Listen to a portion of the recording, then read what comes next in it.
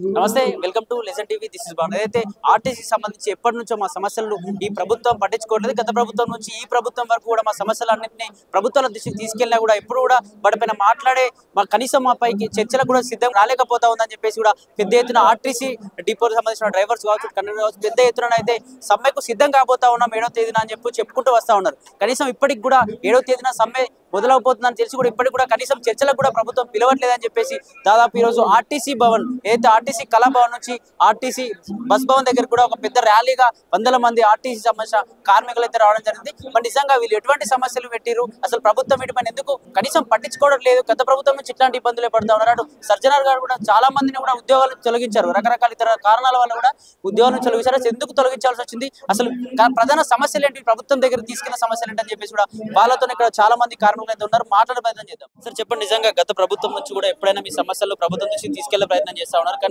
ప్రభుత్వాలు ఎప్పుడు కూడా మిమ్మల్ని కనీసం మీతో పాటు చర్చ కూడా రావడానికి సిద్ధంగా లేదు. ఎల్లుండి మరి సమ్మె చేయబోతారని చెప్తారు, ఇప్పుడు కూడా ప్రభుత్వం కనీసం చలనం కూడా లేదు. ఏం చేస్తారు? ఆల్రెడీ సమ్మె పోస్టర్ కూడా పడింది. సమ్మెకి సిద్ధం కార్మికులందరూ కూడా. ప్రభుత్వం పిలవాల్సిన బాధ్యత ప్రభుత్వానికి, లేదా యాజమాన్యాన్ని పిలవాలి. యాజమాన్యం పిలవకుండా ప్రభుత్వం పిలవకుండా ఉంటే కార్మికుల సమస్యలు పరిష్కారం కావు కదా. కాబట్టి కార్మికుల సమస్యలు పరిష్కారం కావాలంటే గళమెత్తాల్సిన అవసరం ఉంది. ముఖ్యమంత్రి గారు చెప్తారు సామరస్యంగా వచ్చి పరిష్కరించుకోండి అని, కానీ అది ఒక విధానం కాదు. అది విధానం ఏమిటంటే ముఖ్యమంత్రి గారి లెవెల్లో మాట్లాడేటప్పుడు ఒక సబ్ కమిటీని వేయాలి. ఒక సబ్ కమిటీని, గ్రూప్ ఆఫ్ మినిస్టర్స్ తో ఒక సబ్ కమిటీని వేసి ఆ సబ్ కమిటీతో మీరు చర్చించండి అనాలి. ఇది విధానం, ఇది ఒక ప్రొసీజర్. ఏ చీఫ్ మినిస్టర్ అయినా ఇలాగే చేస్తారు. గ్రూప్ ఆఫ్ మినిస్టర్స్ తో మాట్లాడిన తర్వాత అది సీఎం దగ్గరికి వెళ్తే ఆయన దాని మీద ఒక డెసిషన్ తీసుకొని చెప్తారు. ఈ పద్ధతి ఏమి లేకుండా మీరు వచ్చి మాట్లాడండి అంటే అది ప్రొసీజర్ కరెక్ట్ కాదు. ఇప్పుడు మినిస్టర్, ట్రాన్స్పోర్ట్ మినిస్టర్ కూడా మా డోర్స్ ఎప్పుడు ఓపెన్ ఉంటాయి, మీరు ఎవరైనా ఎప్పుడైనా రావచ్చు, ఇది సమంజసం కాదు. ఇది చిత్తశుద్ధి లేని మాటలు. ఇవి చిత్తశుద్ధి ఉండేది ఉంటే ఎవరైతే సమ్మె నోటీస్ ఇచ్చి సమ్మెకి వెళ్తున్నారో ఆ జేఏసీని పిలవాల్సిన బాధ్యత ఈ మినిస్టర్కు ఉంది, లేదా ఈ ప్రభుత్వానికి ఉంది, లేదా ఈ మేనేజ్మెంట్కు ఉంది. వీళ్ళెవరు కూడా బాధ్యతలను విస్మరిస్తున్నారు. కాబట్టి కార్మికుల సమస్యలు విపరీతంగా ఉన్నాయి.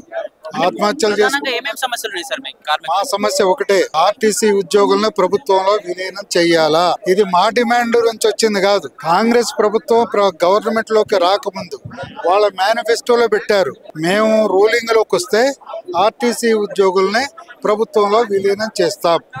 ఆ మేనిఫెస్టోని అమలు చేయమంటున్నాం. మేనిఫెస్టోని అమలు చేయండి. పోయిన గవర్నమెంట్ గెజెట్ రిలీజ్ చేసింది. ఇప్పుడున్న గవర్నమెంట్ అపాయింటెడ్ డేట్ ఇవ్వాలా. అపాయింటెడ్ డేట్ ఇవ్వడానికి దాదాపు 17 నెలల కాలం గడిచిపోయింది. ఇవ్వలేరా? ఇవ్వగలరు, కానీ చెయ్యరు. ట్రేడ్ యూనియన్ రెస్టోర్ చేయాలి. ఇవాళ ట్రేడ్ యూనియన్లు లేక కార్మికులు నానా అవస్థలు పడుతున్నారు. చూడండి ఎట్లా పనిచేస్తున్నారు. తలకి గుడ్డలు కట్టుకొని ఎంత వర్క్ చేస్తున్నారు. 8 గంటల పని అనేది లేదు. 8 గంటలు లేదు, 14-16 గంటలు ఇవాళ కార్మికులు పనిచేస్తున్నారు.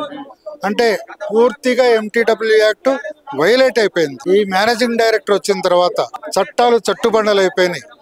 రూల్స్ లేవు, రెగ్యులేషన్స్ లేవు, సర్క్యులర్స్ లేవు. అసలు ఏ విధాన నిర్ణయమో కరెక్ట్ కాదు.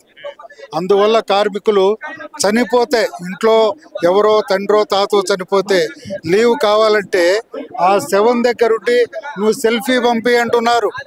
అంటే దాదాపు సజ్జనర్ గారు కూడా ప్రజావాణి దగ్గర మేము చూస్తా ఉన్నాం, చాలా మంది ఇతరత్ర కారణాల వల్ల తీసేస్తున్నారు, కొందరు లీవ్ అడిగినందుకు తీసేస్తున్నారు కూడా చాలా మంది బాధితులు వస్తా ఉన్నారు ప్రజావాణి దగ్గరికి. మీరు ఎట్లా చూస్తారు?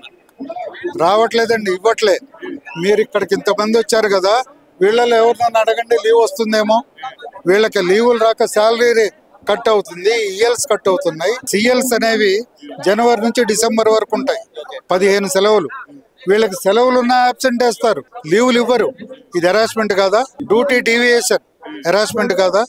ఒక్కరోజు అబ్సెంట్ అయితే రిమూవల్ ఫ్రమ్ సర్వీస్ హెరాస్మెంట్ కాదా? సస్పెన్షన్ హెరాస్మెంట్ కాదా? ఒక్క టికెట్ ఓవర్ సైడ్ అయిందని రిమూవల్ ఫ్రమ్ సర్వీస్ చేస్తారు.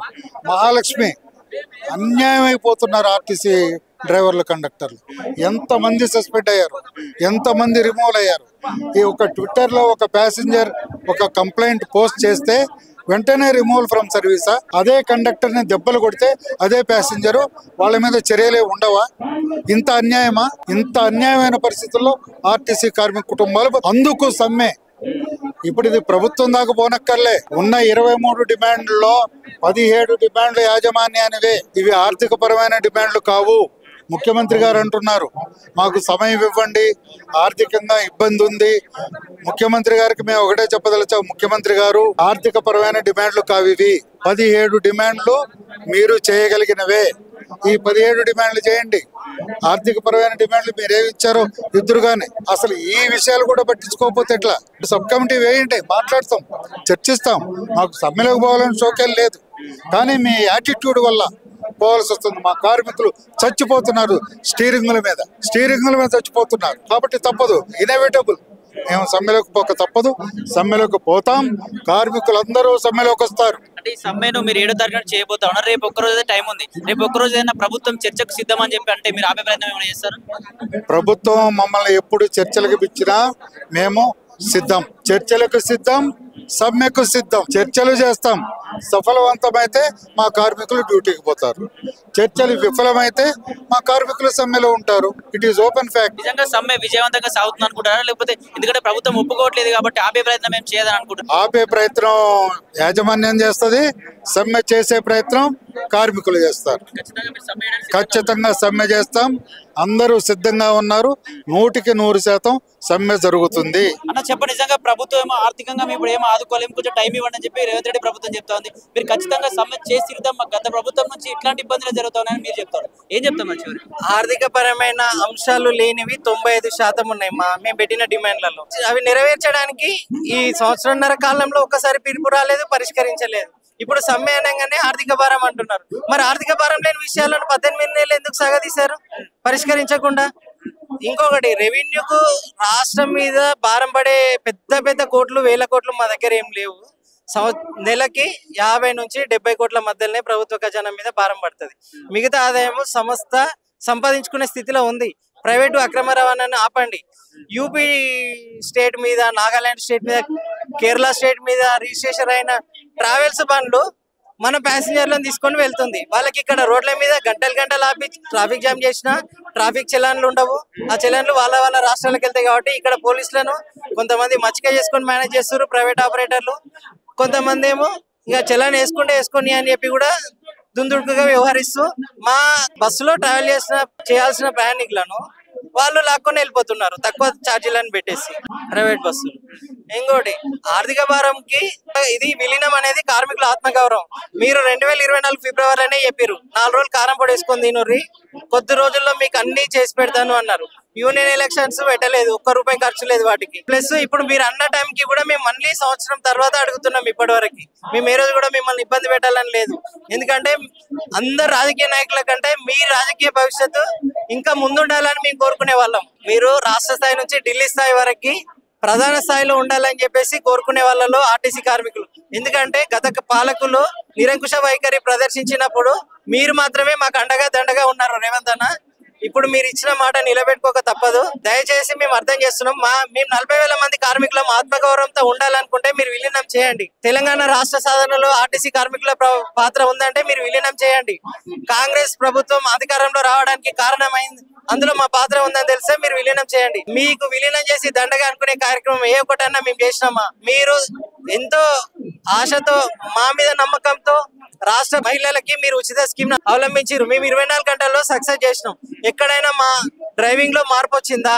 మహిళల్లో ఇన్వైట్ చేయడంలో మార్పు వచ్చిందా? ఈ ప్రభుత్వం తీసుకొచ్చిన మహాలక్ష్మి పథకం వచ్చినప్పటి నుంచి ఆర్టీసీ డ్రైవర్స్ కావచ్చు, కండక్టర్ కావచ్చు చాలా ఇబ్బందులు పడతా ఉన్నారు అని చెప్పి చెప్తాను. నిజమేనా? 25,000 బస్సులలో ప్రయాణం చేస్తున్న ప్రయాణికులు 9,500 బస్సులలో ప్రయాణం చేసే ఇబ్బందులు ఉంటాయి కదా. కుక్కి తీసుకెళ్తాం. వాళ్ళు సీట్లు దొరకలేవని కండక్టర్ మీదనే అరుస్తారు, సీట్లు దొరకలేవని డ్రైవర్ మీదనే అరుస్తారు. మేము ఏం చేయగలుగుతాం? ఉన్న బస్సులో 50 మంది ట్రావెల్ చేస్తున్న బస్సులలో 150 మందినైనా ఓపిక తీసుకోబోతున్నాం. అంతమంది ఎక్కినప్పుడు బస్సు కొంత వేగం తగ్గుతుంది, కొంత మైలేజ్ తగ్గుతుంది. అయినా కూడా మేమైతే మీకు తలవంపు రావద్దనే ఉద్దేశంతో ఇది మీరు తీసుకున్న నిర్ణయాన్ని మేము అవలంబిస్తున్నాం. దానికి మీరు మాకు కృతజ్ఞతగా అడగక ముందే చేయాల్సింది. మేము అడిగి రోడ్ల మీద నిరాహార దీక్షలు, సమ్మె నోటీసులు ఇచ్చుడు, చెలో ఇందిరా పార్క్ అనుడు, చెలో బస్ భవన్ అనుడు, ఇన్ని కార్యక్రమాలు తీసుకున్నా కూడా మీరు చలించట్లేదు. ఏ ఒక్క మంత్రి మమ్మల్ని పలకరించట్లేదు, ఏ ఒక్క అధికారి మాకు అపాయింట్మెంట్ ఇవ్వట్లేదు. శాఖ మంత్రి పొన్నం ప్రభాకర్ చెప్తా ఉన్నారంట, ఎప్పుడు మీకోసం తలుపులు తెరిచే ఉంటాయి, మా ఇంటికి రావచ్చు, మాట్లాడచ్చు అని చెప్తా ఉన్నారట. మరి ఇంకెందుకు అంటే మాట్లాడడానికి వెళ్ళలేదా మీరు? పొన్నం ప్రభాకర్ గారు ఆయన కాన్స్టిట్యున్సీలో ఉన్న ఓటర్ కి డ్రైవర్ గాని కండక్టర్ గాని కనీసం ట్రాన్స్ఫర్ చేయలేని స్థితిలో ఉన్నారు. ఇంకా ఆర్థిక భారాల తర్వాత సంగతి. ఇది ఒక మాట చెప్తే అయిపోతుంది మా మేనేజ్మెంట్ కి, ఫలానా ఒక వ్యక్తి ఉన్నాడు, ఆయన ట్రాన్స్ఫర్ చేయండి, వాళ్ళ కుటుంబానికి దూరంగా ఉండి వర్క్ చేస్తుండు, ఇబ్బంది పడుతుండు అని ఒక మాట చెప్తే అయిపోయే పనిని కూడా ఆయన చేయడం లేదు. పొన్నం ప్రభాకర్ గారు కూడా ఇప్పుడు ఆ స్థాయి దాటిపోయింది. మాకు రేవంత్ రెడ్డి గారు హామీ ఇవ్వడము, విలీనం చేయడం మాత్రమే మిగిలి ఉంది. ఆర్థిక భారం ఎక్కువగా ఏం పడదు, మాకు 1000 కోట్లు మేము అడగట్లేదు, 50 నుంచి 70 కోట్లు మాత్రమే మీకు పడుతుంది. అర్థం చేసుకోర్రి, మేము కష్టం చేస్తున్నాము, ఊరికేనే అడగట్లేదు. 24 గంటలు కుటుంబం కంటే ప్రయాణికుల మధ్యలోనే ఎక్కుంటున్నాం, బస్ స్టాండ్లలోనే ఎక్కుంటున్నాం. దయచేసి ఈసారి విడిచిపెట్టే ప్రసక్తి లేదు. మే 7 నుంచి సమ్మెకు దిగకూడదు అనుకుంటే మీరు విలీనం చేయండి. ఏ క్షణానైనా మీరు చర్చలకు పిలిస్తే మేము వస్తాం. అన్ని సమస్యలు ఆర్థిక భారమైనా కావు, కొన్ని సానుకూలంగా సహృదయంతో చేసేటివి కూడా ఉన్నాయి. దయచేసి మమ్మల్ని సమ్మెలోకి వెళ్లకుండా చేసే బాధ్యత మాత్రం రేవంత్ అన్న సర్కారులే. గద్దర్ అని ఒక మాట అంటాడు, నాకు ఎవరిని ఏకవచనంతో తిట్టే అలవాటు లేదు, అవసరం అంతకన్నా లేదు.